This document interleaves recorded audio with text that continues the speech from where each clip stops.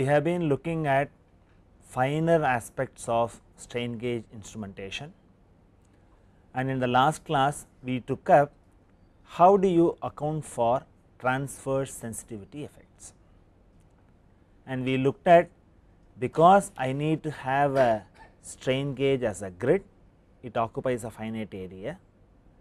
In view of this, it is sensitive to some extent in the transverse direction. Knowing that it is sensitive in the transverse direction is not going to help me unless I know how to account for these errors. And we also looked at the transverse sensitivity factor was around 2%. It's quite small, only in some cases it was going up to 10%, but it is around 2%. So, we are really talking about small changes, but nevertheless when you want to go for the fine measurement, you need to account for these small effects too.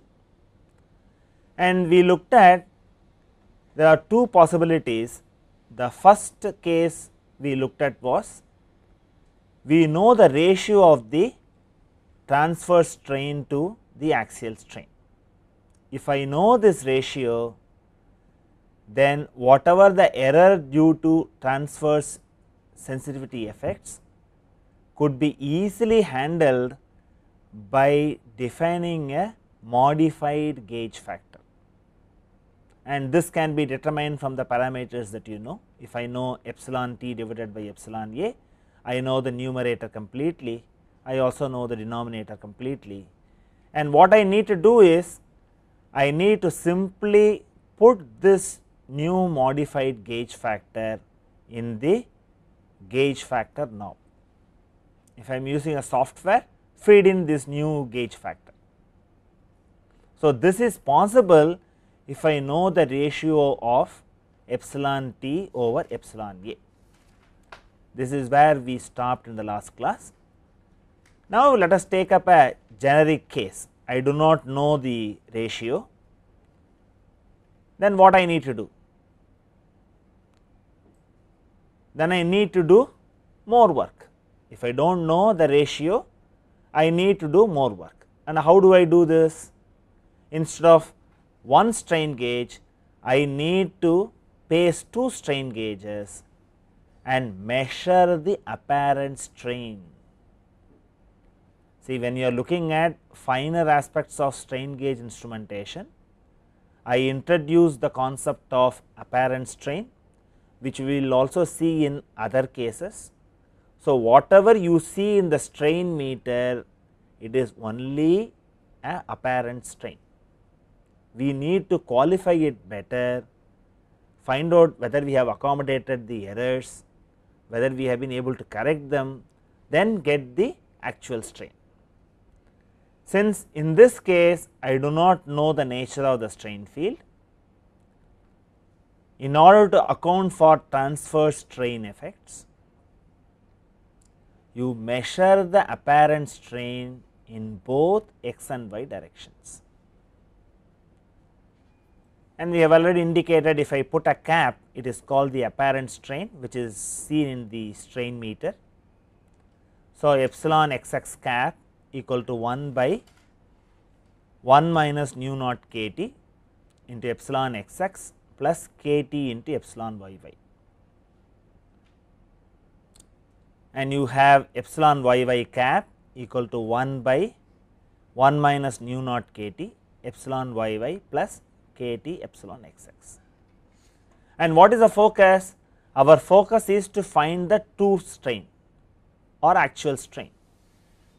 Now, I have two equations, I have two unknowns, and simultaneously solve them to get epsilon xx and epsilon yy. So, if I do not know the nature of the strain field, I need to do more work and find out what is the actual strain.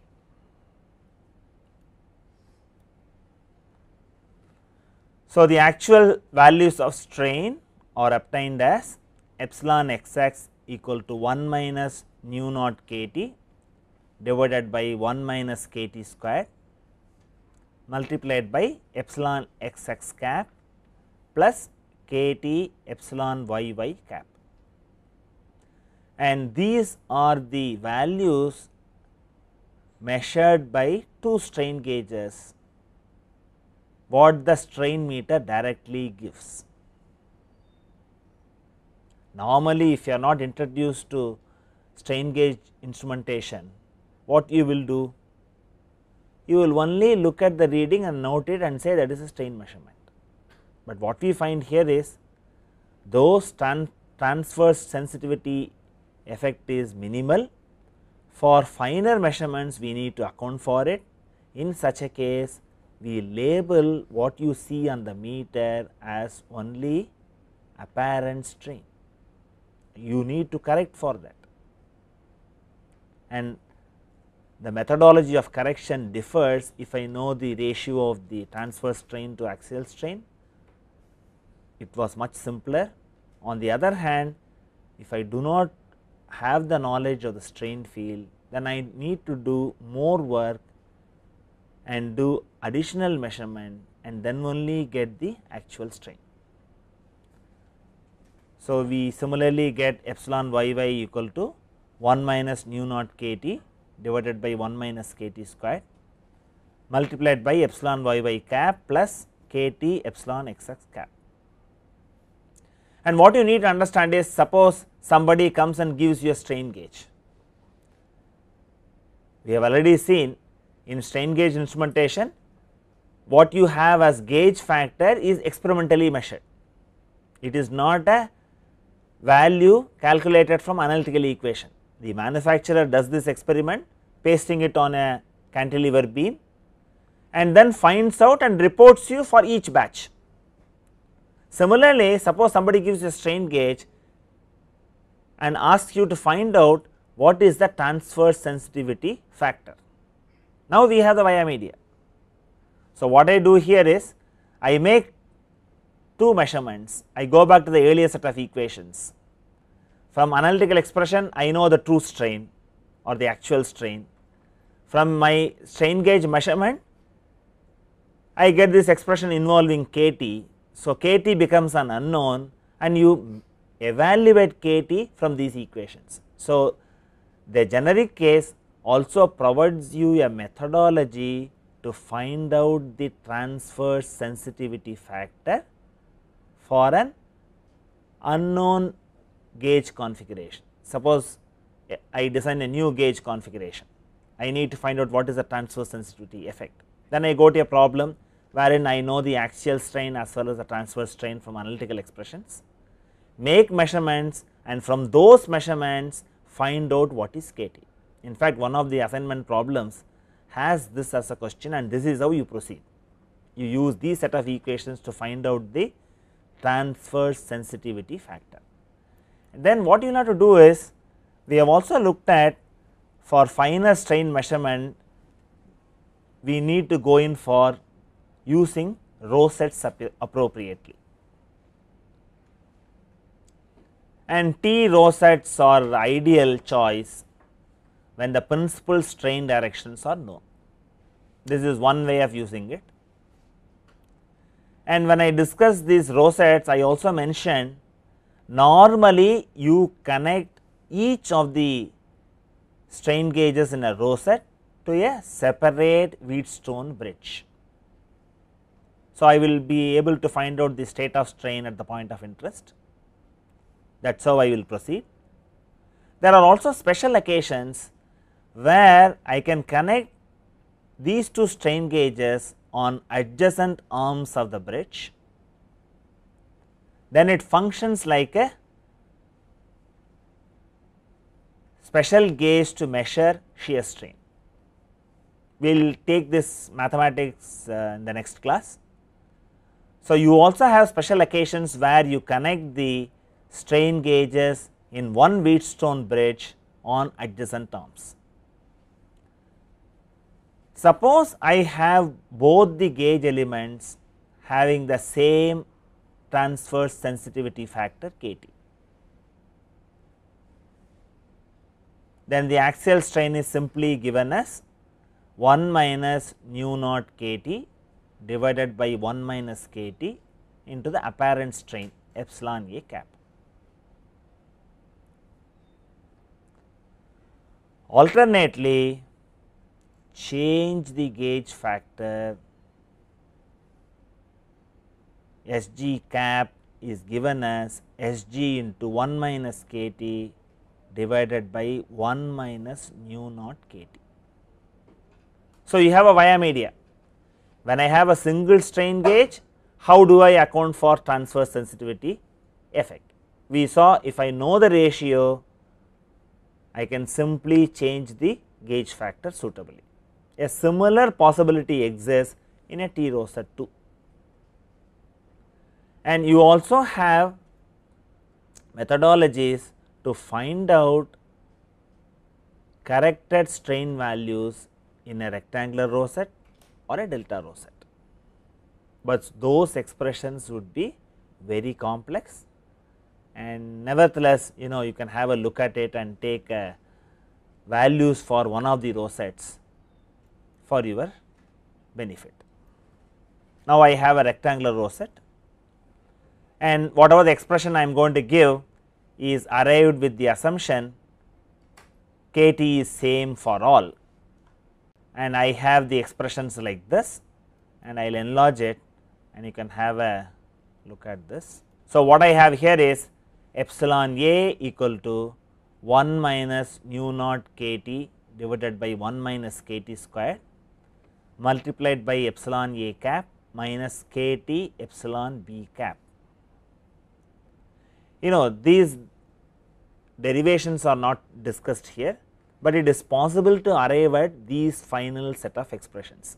So, what does this show is how important these effects become when you want to go for very fine measurements using strain gauge technology.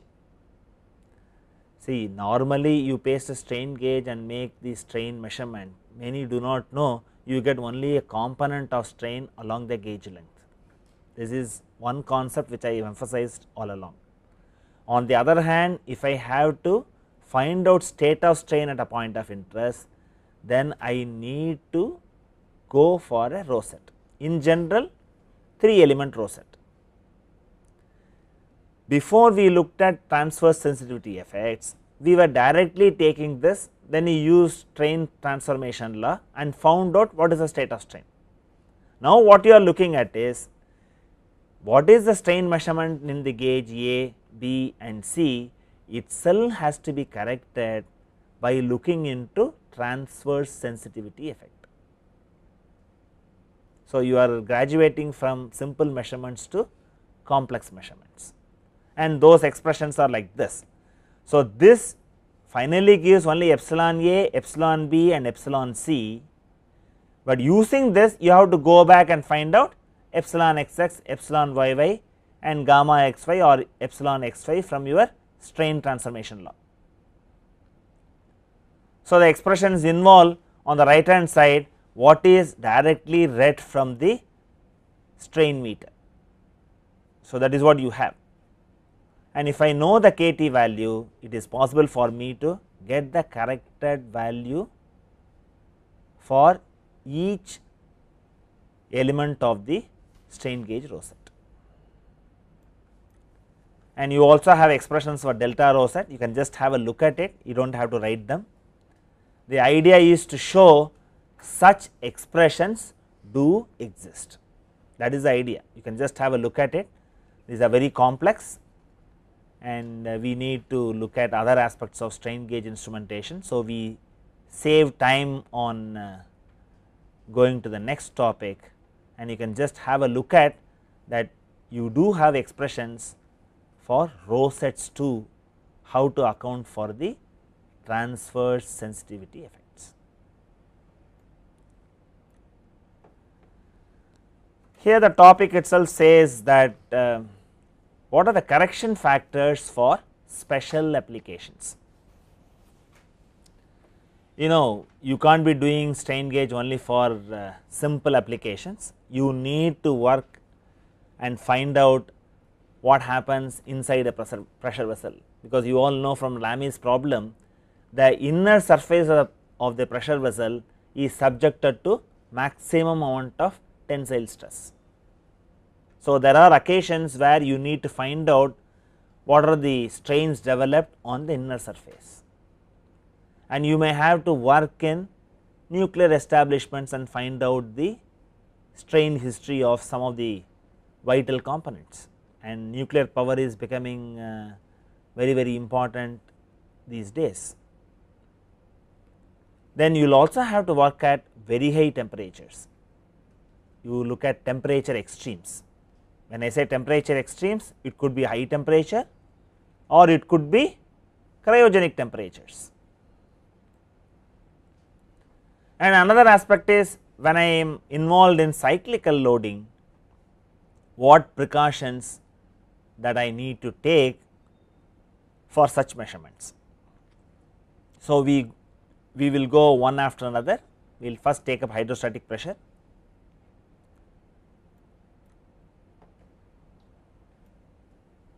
What happens when I apply hydrostatic pressure and where this is important? So, you have piping systems or pressure vessels where strain gauges may be employed on interior surfaces. So, what happens in earlier occasions, you had strain gauges pasted on a free surface. It was only sensing the strain of the base specimen. There were no direct forces acting on the strain gauge. But the moment you come to internal pressure, what happens? The gas or fluid pressure acting on the sensing element alters the strain sensing behavior of the strain gauge, which you cannot ignore. This really happens. In fact, in 1960s, you had series of papers published in experimental mechanics on various aspects connected with measurement of strain under hydrostatic pressure. People have looked at it very closely and found out what way you can rely on the strain measurement finally. So, when fluid pressure is acting on it, these effects need to be corrected or accounted for in interpreting the results. See, when you have a hydrostatic pressure, you can theoretically calculate what is the strain developed.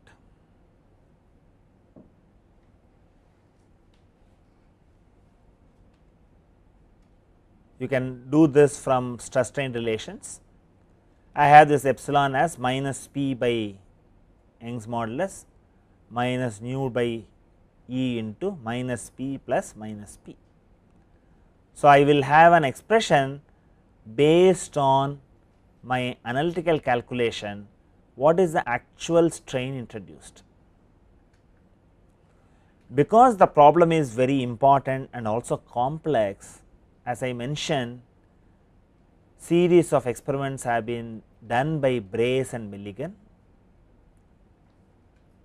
and they attach strain gauge to small specimens and placed them inside a special high pressure vessel.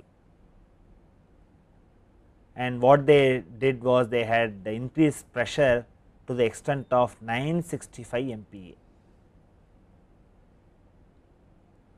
See, the pressure effects cannot be modeled analytically. You need to do several experiments, based on experiments develop certain empirical approach, and this is what was done. And you had series of papers, and suppose I take a flat specimen, put the strain gauge on it and put inside the pressure vessel. I know what is the pressure applied, then from my analytical calculation I know what is the strain that should have been developed, whether the measured strain is equal to this anticipated value or not. What people found was, up to certain pressure there is match, beyond certain pressure there is deviation from the indicated strain value. So, whatever the indicated strain value needs to be corrected, and you need to have a methodology to develop the correction factor. So, this is what we are going to look at. The correction factor is what we are going to look at how to get it. So, what you have is the analytical expression for strain could be simplified as 1 minus 2 nu divided by Young's modulus E multiplied by the pressure P. This could be rewritten as kT into P, where you define kT as 1 minus 2 nu divided by Young's modulus, and you also define a terminology, you call this kT as the compressibility of constant for a material. So, it is a function of the Poisson ratio and the Young's modulus of the specimen, and this value is known, kT is known for a given experimental situation. Now, what we are going to do is we are going to develop an empirical relation which would correct the indicated strain, that is what we are going to do.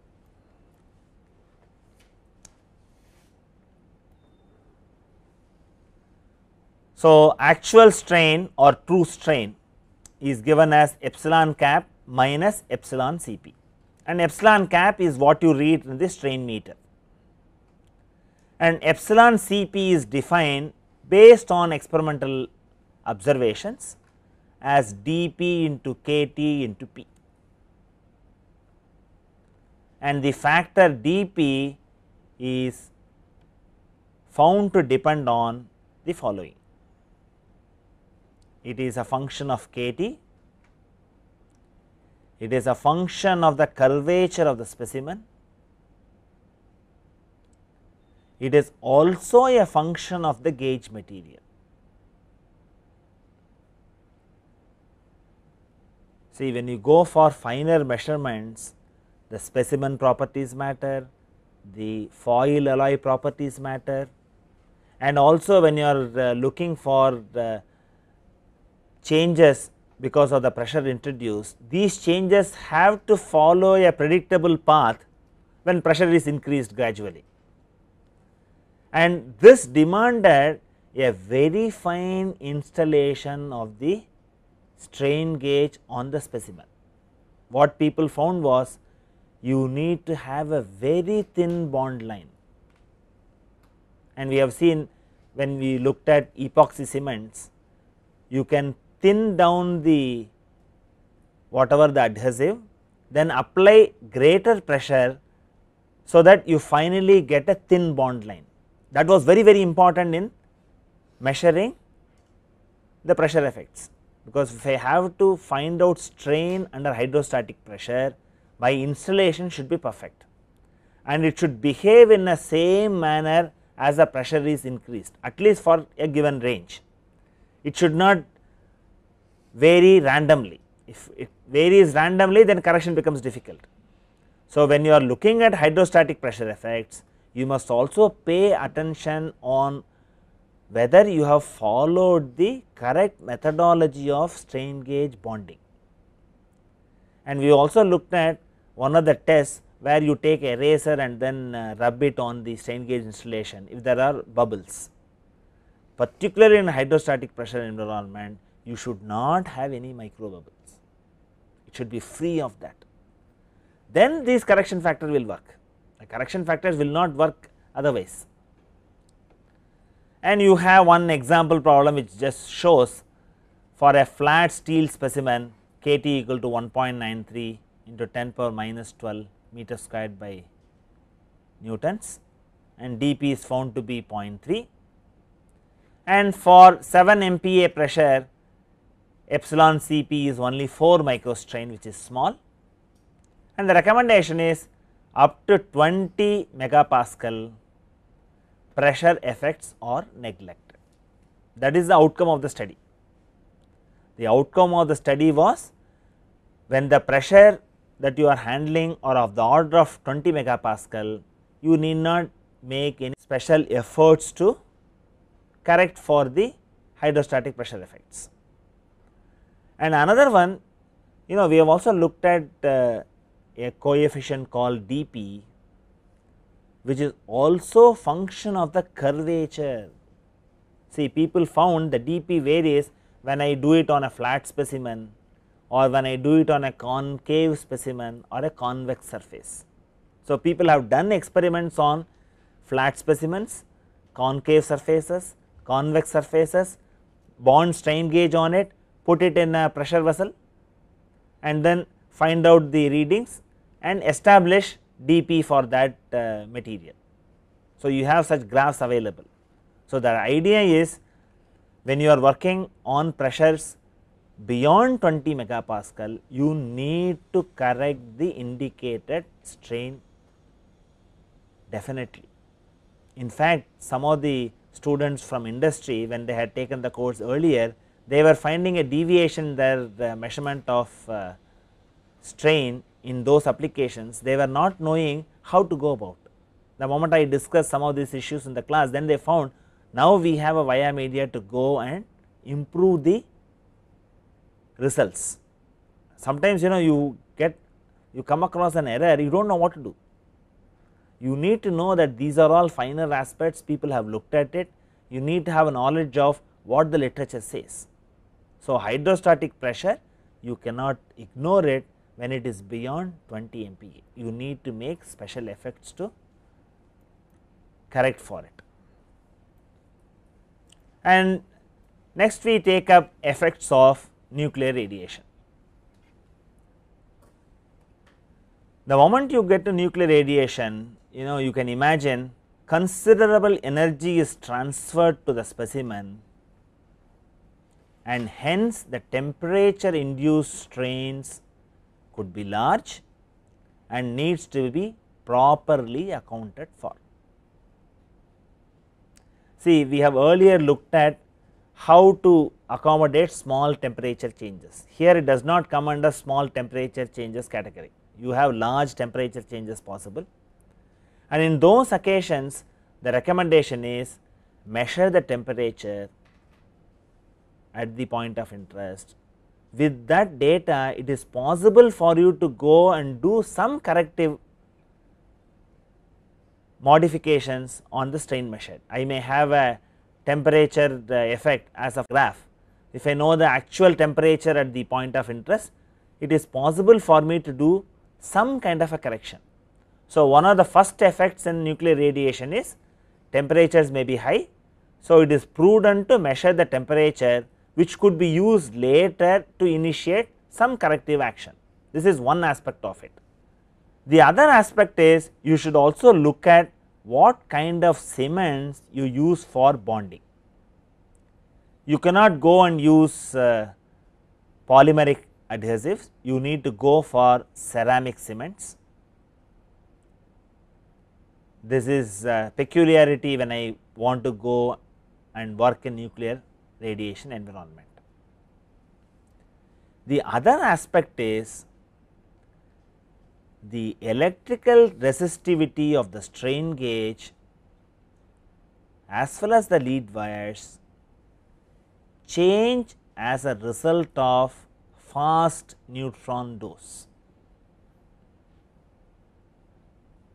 So, I see three effects. I need to go for special cements like ceramic cements to bond the strain gauge. It is prudent for me to measure the temperature at the point of interest, because considerable energy is transferred and the specimen is heated up. And the third effect is the electrical resistivity itself changes, and this change is not small, and the electrical resistivity change produces a zero drift of the order of 10,000 to 15,000 microstrain, which is very high. See, in the pressure effect we saw 4 microstrain, we were very happy. Up to 20 MPa I do not have to do any modification, that gave a solace. The moment you come to nuclear radiation, everything is complex here, because you have radioactive effects, you need to have protective gear, even handling the specimen is difficult, you may need to have a robots to do all your experiments. There are very many difficult aspects once you come to nuclear establishments.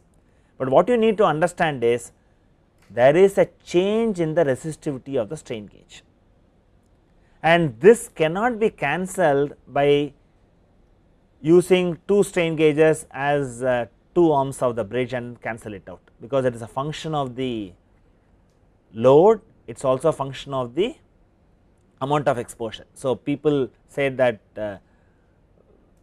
this instrument correction like what you do in temperature compensation will not work here. So, I need to have a different approach altogether. So, one recommendation is the variation is linear. So, it is predictable, the change in resistivity appears to be a linear function. So, I can have these as the possible methodologies to improve, and what it says is use pre-exposed strain gauge installations. Before you make the measurement, let the strain gauge installation also goes through the same radiation dose. And the other recommendation is reduce test times to the minimum. So, quickly go and make the measurement, because I am going to have a drift. Other recommendation is frequently unload and re-establish 0 in the readings, and this is because you find that change in resistivity appears to be a linear function. That is what this graph shows, it is varying linearly. So, I can at least follow some of these recommendations and then improve the measurement capability. And another surprising thing also happens when strain gauge alloy is exposed to radiation. You need to look at surprisingly that there is increase in its yield strength as well as modulus of elasticity.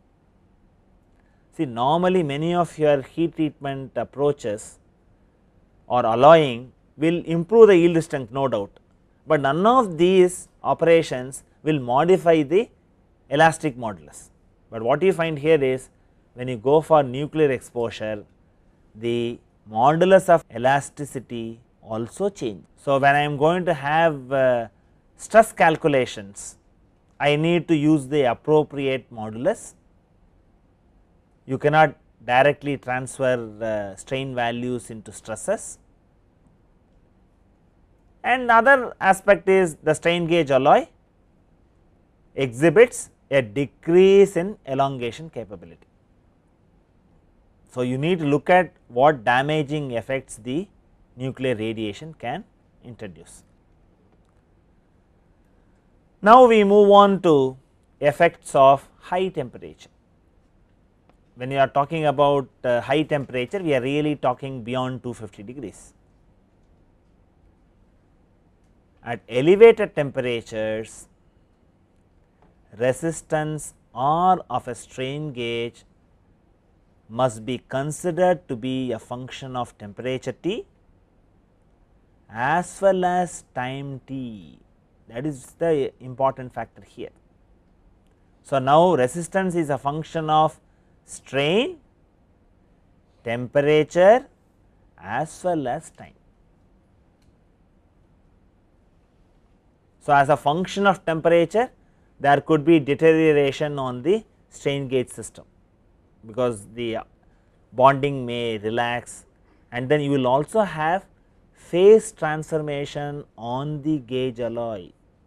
It is very interesting, unless you look at each aspect closely, you may ignore any one of these changes, because when I am exposing the foil alloy to high temperatures and also subjected to load, you find there could be phase transformation. This also can affect your strain measurement.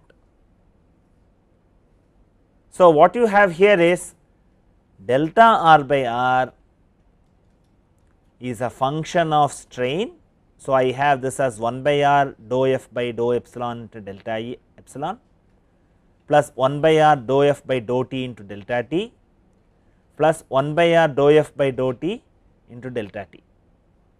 And similar to my Sg, St, I will also introduce another factor S suffix t, that is what I am going to do. What I am going to have is the expression for delta r by r can now be thought of as Sg into delta epsilon plus St into delta t, and the nuisance factor is St into delta t. So, you have a factor of time coming into the picture. See, in all these cases of nuclear radiation or effects of high temperature, you will have a drift. The cause of drift is different in each of these cases. When there is a drift, it is a function of time. That is the reason why the recommendation is do it quickly. If I do dynamic strain measurement, temperature effects are easy to handle.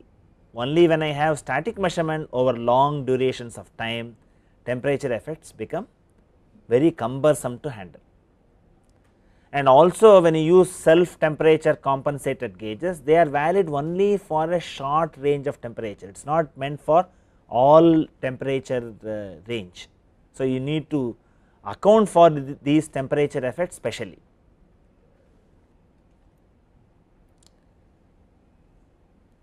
And what is mentioned here is the factors S capital T and St are negligible in this temperature range minus 18 to 65 degree centigrade. A variety of problems exist in this regime, and what you need to careful about is you need to select the proper gauge alloy and a suitable carrier material for these applications.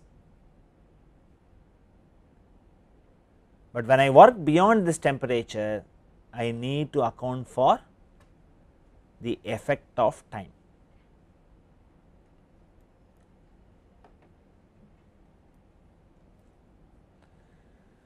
And we have also looked at, mentioned in several of our lectures, that Karma alloy is better than advance because it can be used up to 260 degree centigrade, whereas advance only up to 205 or so. So, it can work beyond 205, and the apparent strain is of the order of plus or minus 100 microstrain. The error introduced because of temperature changes is of the order of 100 microstrain. And what is recommended is, when I said it is a function of time, to solve this, develop a graph which is a function of strain versus time. So, I have variation of this reading, and this is actually called as a zero drift. It is a function of time as well as the strain gauge alloy. Here it is shown for a Karma alloy with a glass fiber reinforced phenolic carrier, and this graph is done for 293 degree centigrade. So, the recommendation is, we know that resistance changes as a function of time. To solve this, develop graphs for each specific temperature for the given strain gauge system and use that as a ready reckoner to correct your zero drift. There is no other go. When you have a given application, you know what temperature range you are going to work at. So, develop strain versus time for that temperature and have the data and use it for your correction. So, in all these applications, it is prudent to measure the actual temperature at the point of interest. Even if you do not have the data while you perform the experiment, you can at least go back and develop for that particular temperature a test data which would give you the change of 0 drift as a function of time. So, for any temperature extremes, we will also see cryogenic temperatures. There also it is prudent to measure the temperature at the point of interest. So, that is what we are looking at.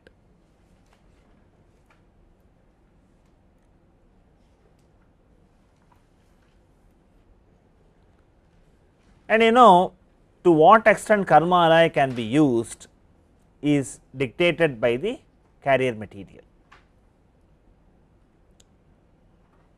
And as I mentioned earlier, glass reinforced epoxy phenolic carrier is rated for higher temperatures,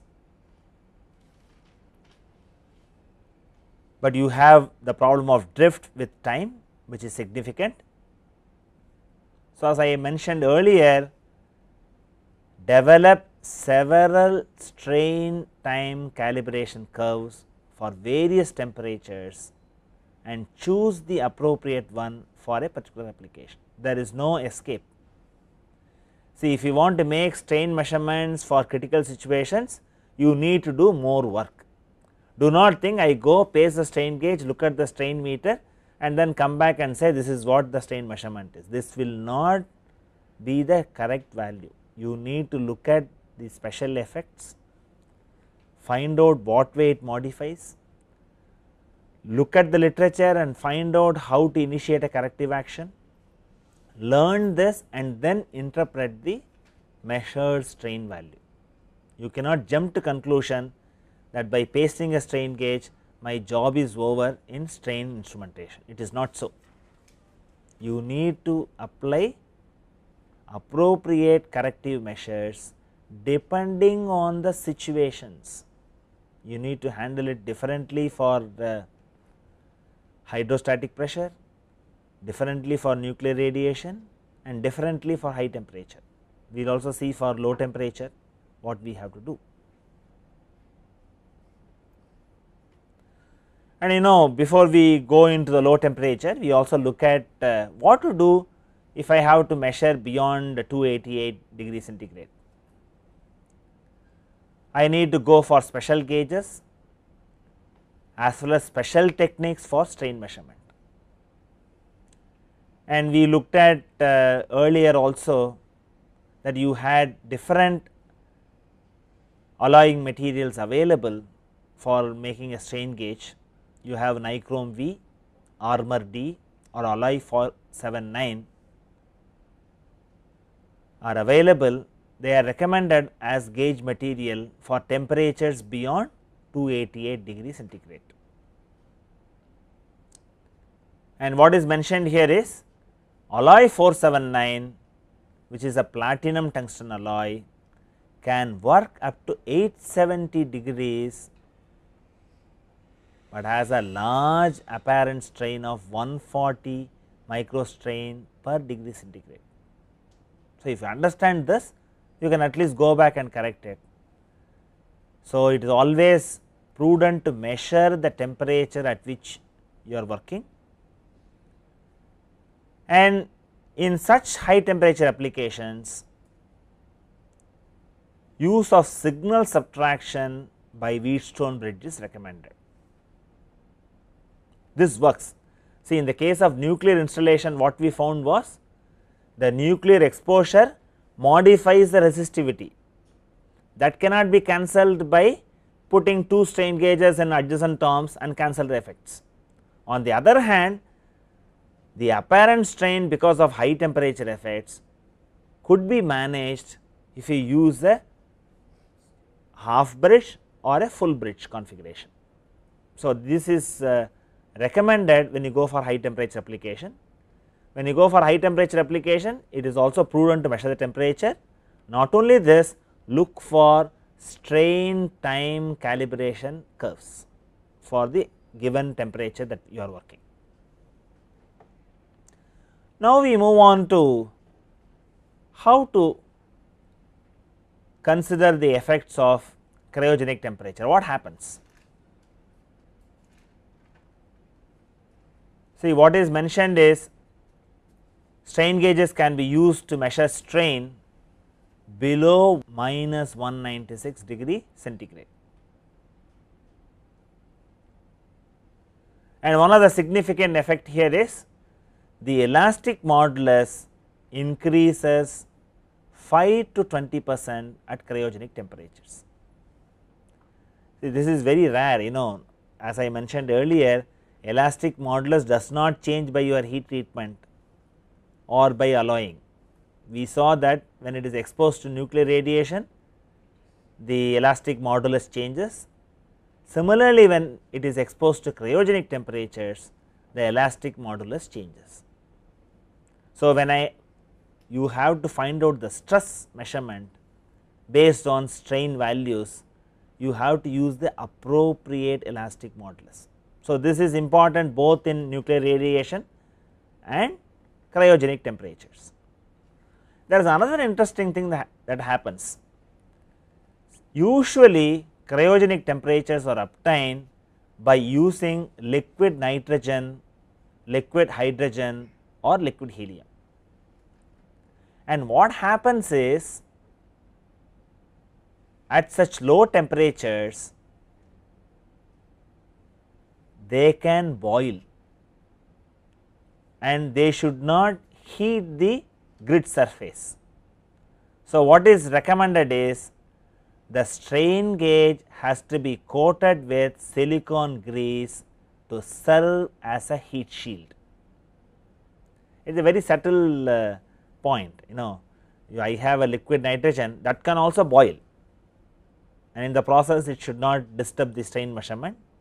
So, the recommendation is put a coat of silicone grease is what is recommended. See, in all these applications what you are looking at is strain gauge installation itself has to be looked at very carefully. In the case of hydrostatic pressure, we mentioned go for thinnest bond line. You need to take special efforts to make it. When I come to nuclear radiation, go for ceramic cements. When I come to cryogenic temperatures, I need to put a silicone grease on this, and when I go for high temperature, select the suitable alloy of the strain gauge as well as the carrier. So, strain gauge installation methodology goes with the application. You should not de-link these two. And whatever the correction that you do is valid only when you have followed the specific recommendations for that kind of situations. Those corrections are not valid if you have violated any one of them. This also you have to keep in mind. You have a thick bond line and then apply the correction effect whatever you have learned for hydrostatic pressure, it will not work, it will not give you the correct value.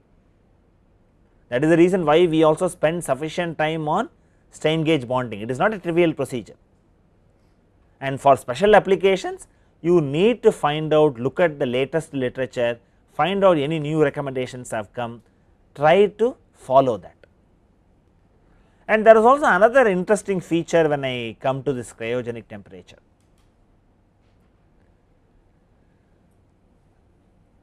You have a possibility of change of gauge factor, but that possibility is very small.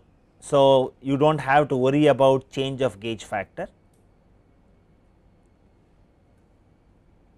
But the other difficulty is the error in strain measurement can be very large when you work below minus 73 degree centigrade.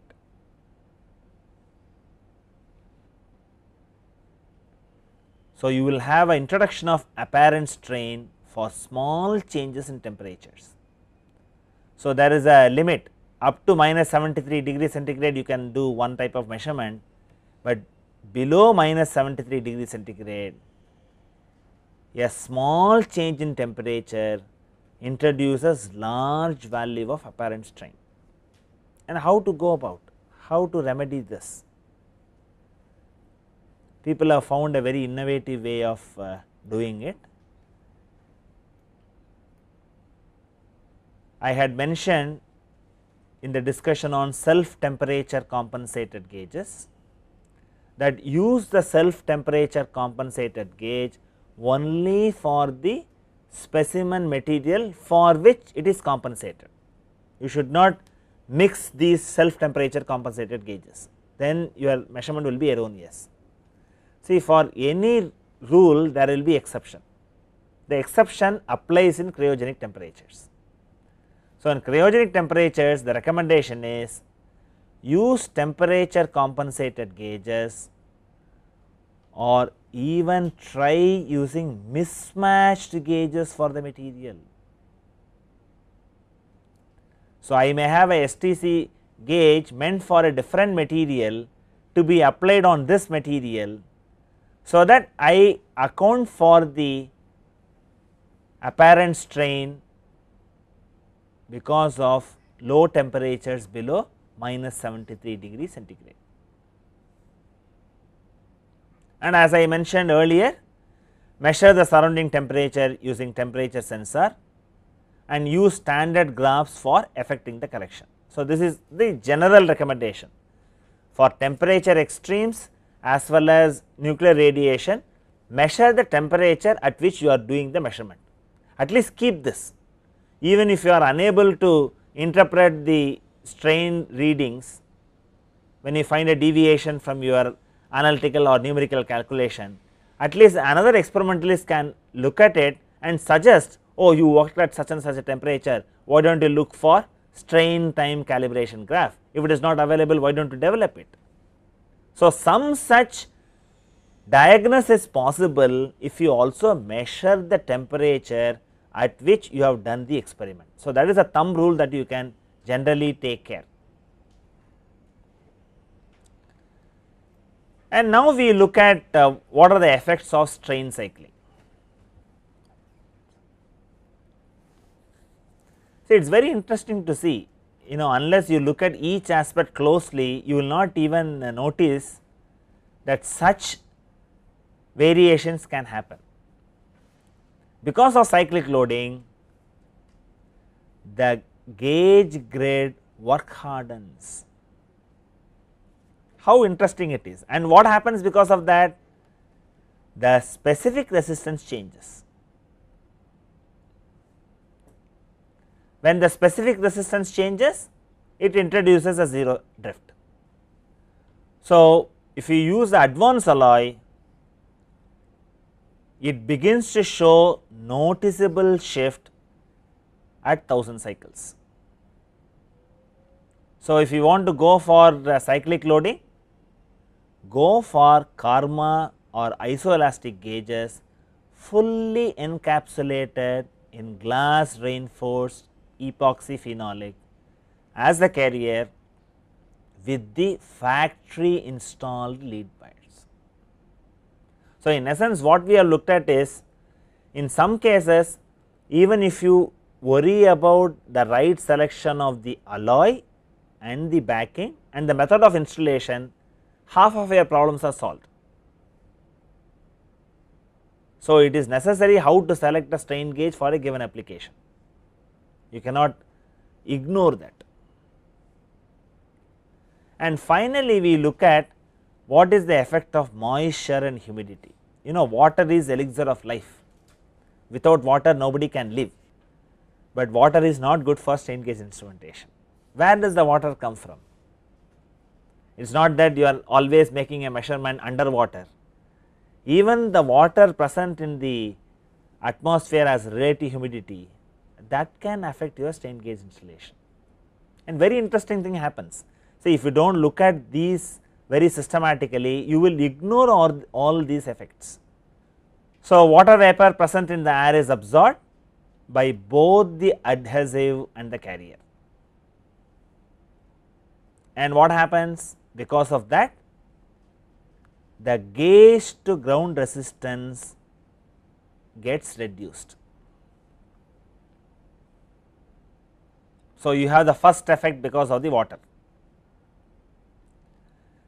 This is similar to placing a shunt resistor across the active gauge. So, this is a nuisance that you need to avoid.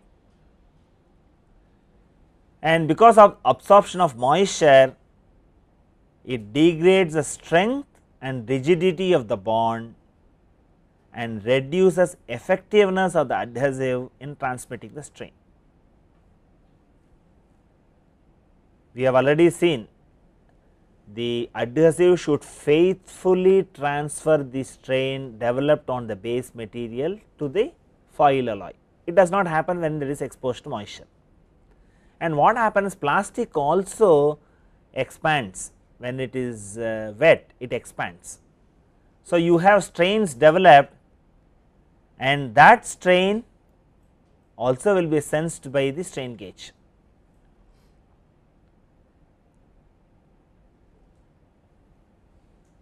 Plastics expand and this will produce strains in the adhesive, which will in turn be transmitted to the strain gauge. And because it is a very complex effect, it cannot be subtracted by your temperature compensation methodology of putting two strain gauges on adjacent arms. It is not possible, it is interlinked, it is difficult to separate this effect. And also another thing which is very subtle. Now, I have the gauge alloy in a moisture environment. When current passes through the gauge, it will cause electrolysis. So, what is the effect of this? The gauge filaments will erode and a significant increase in the resistance will occur. See how interesting it is. These are very subtle effects. Unless you really look at and then want to get the maximum out of strain gauge instrumentation, you would have simply thought what way the moisture is going to affect. I have the reading which is close to my wrongly calculated numerical value, you feel happy, my experiment has matched with numerical result and you will go with a beaming smile, but your structure will collapse in actual practice. So, if you want to have confidence in your experimental measurement, you need to know the nuances, you need to know the variations and what is the recommendations by the manufacturer, because you have research publications that are available as and when scientists find new effects, and you need to have a constant touch with the literature. So, when you go for special applications, ensure that you have taken special care to handle them. So, in this class we looked at finer aspects of strain gauge instrumentation. We started with accounting for transverse sensitivity effect. We also saw how the methodology can be extended to find out even the transverse sensitivity factor. I need to make two measurements and from that measure the transverse sensitivity factor for a known strain field. So, that is the way you go about in calculating KT. Then we moved on to how to account for hydrostatic pressure, nuclear radiation, temperature extremes, cyclic loading and finally environmental effect. So, what we found is moisture is very bad. So, instead of getting into problems, protect your installation from moisture absorption. So, your hermetical sealing is very important, but when I do this, what is the other aspects that I should keep in mind? When you put a coating, you are preventing heat dissipation. So, you need to take special efforts to improve that. So, select a suitable gauge size or have some air circulation, so that you accommodate the heat dissipation properly. And another general recommendation is when you are working at temperature extremes as well as nuclear radiation, at least measure the temperature at which you are making the measurement, so that some diagnosis of your experimental instrumentation is possible later. If you do not have the data to correct then and there, at least you can do additional tests, generate appropriate data and subtract from your readings, so that you get the actual strain at the point of interest.